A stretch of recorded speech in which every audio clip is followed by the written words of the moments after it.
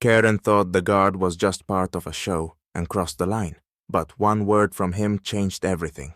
What happened next turned into an unexpected lesson for everyone. London was bustling with the noise of tourists that day. Buckingham Palace towered over the square, standing as a symbol of enduring order. At the gates, a royal guard stood at attention. A young man of about 30, clad in a perfectly tailored uniform and a tall bearskin hat. His expressionless gaze and rigid posture underscored the seriousness of his duty. The crowd around him buzzed with excitement. Some snapped photos, while others tried to make the guard laugh by shouting jokes. But he remained as still as a statue, unbothered by the commotion. Pushing her way to the front row came a middle-aged woman. Her appearance stood out. A bright pink t-shirt emblazoned with the words, "Queen of Everything," a glittering purse slung over her shoulder, and a loud voice. Her name was Karen, and it was clear she craved attention. "Hey, you!" she shouted as she approached. "Smile for the camera, pal.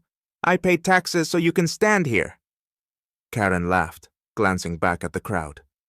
Her laughter earned a few chuckles, but most people remained silent. The guard standing at his post showed no reaction. His gaze remained fixed ahead, as though Karen didn't exist. She stepped closer. "Are you even alive? Maybe you need a little encouragement?" Karen waved her hand in front of his face as if trying to catch his attention. The crowd murmured. Phones began to appear as people started recording. A man holding a child quietly remarked, "Let's step back. This is going too far." Karen ignored him. She took another step forward, positioning herself directly in front of the guard. "So, you're just going to stand there?" she said with defiance. "You think you're in charge? It's just a costume, and you're just part of the set." Her voice grew louder. A few people in the crowd shook their heads, but Karen didn't notice. She reached out her hand, as if about to touch the guard's hat.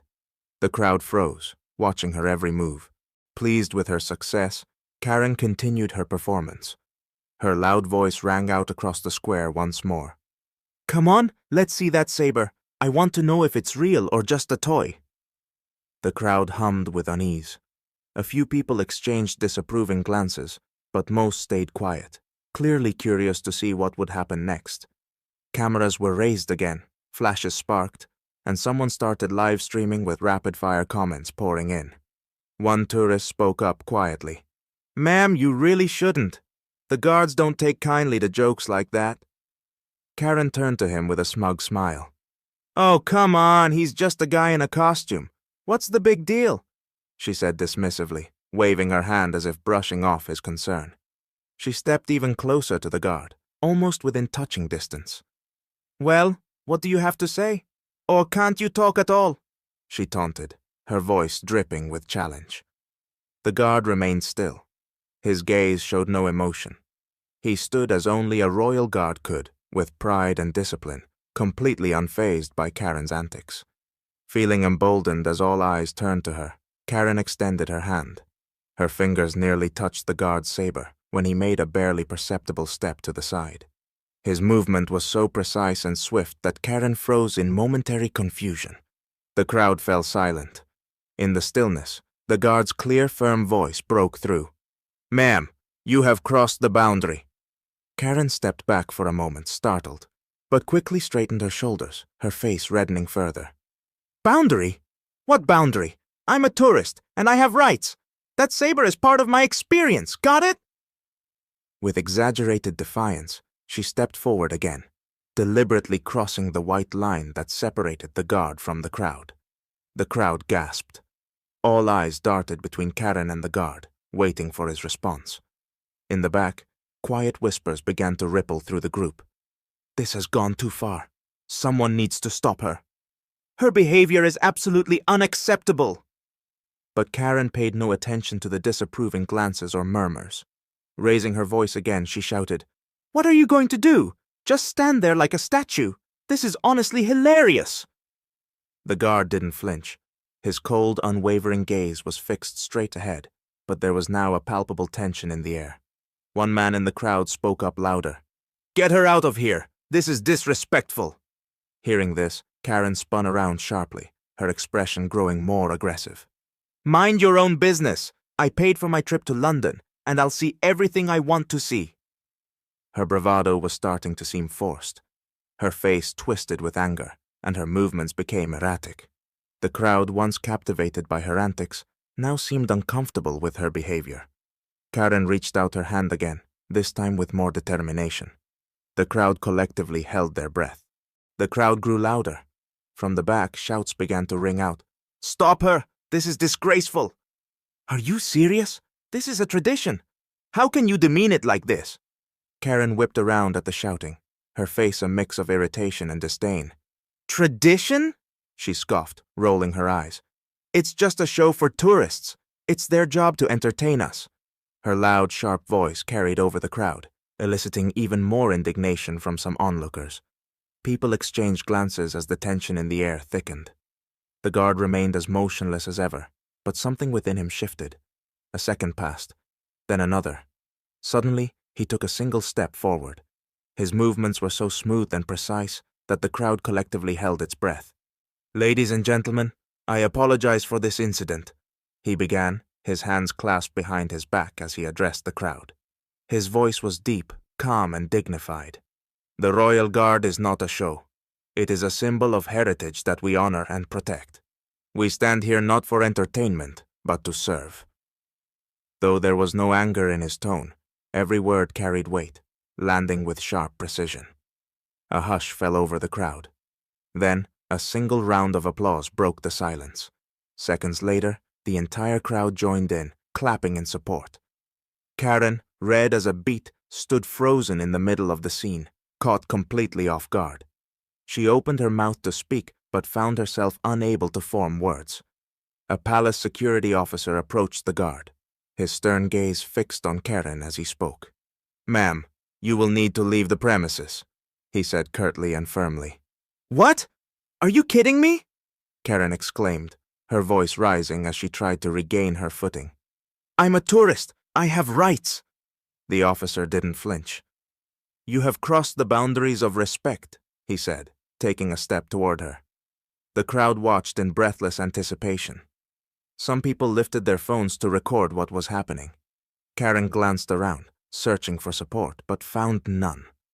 Her face burned even brighter, and after a moment of hesitation, she reluctantly stepped back.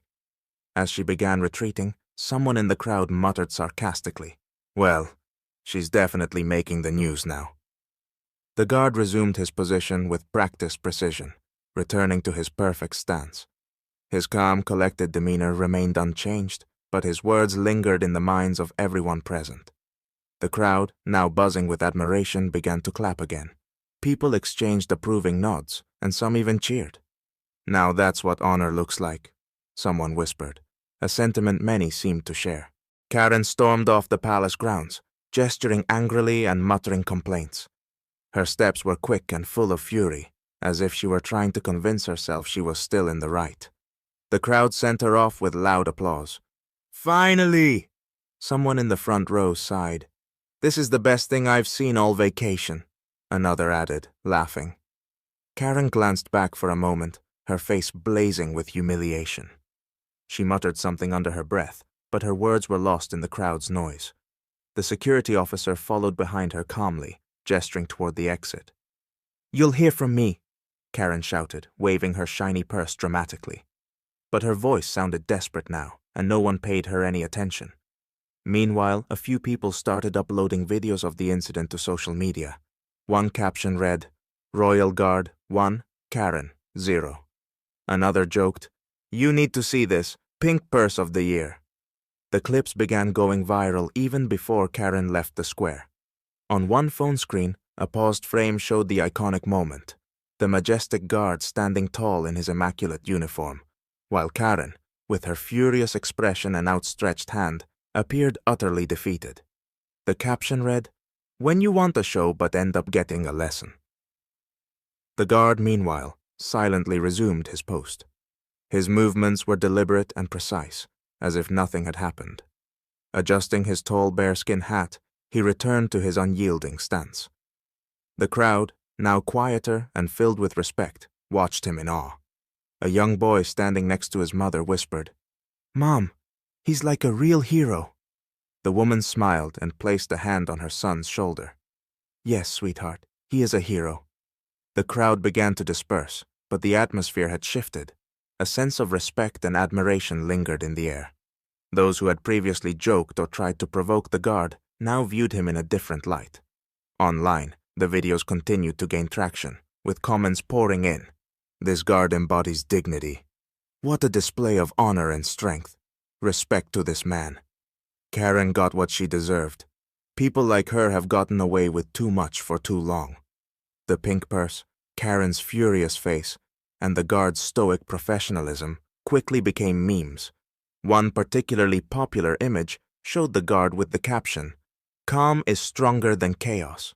Back at the square, the guard stood motionless, continuing his duty as if nothing had happened.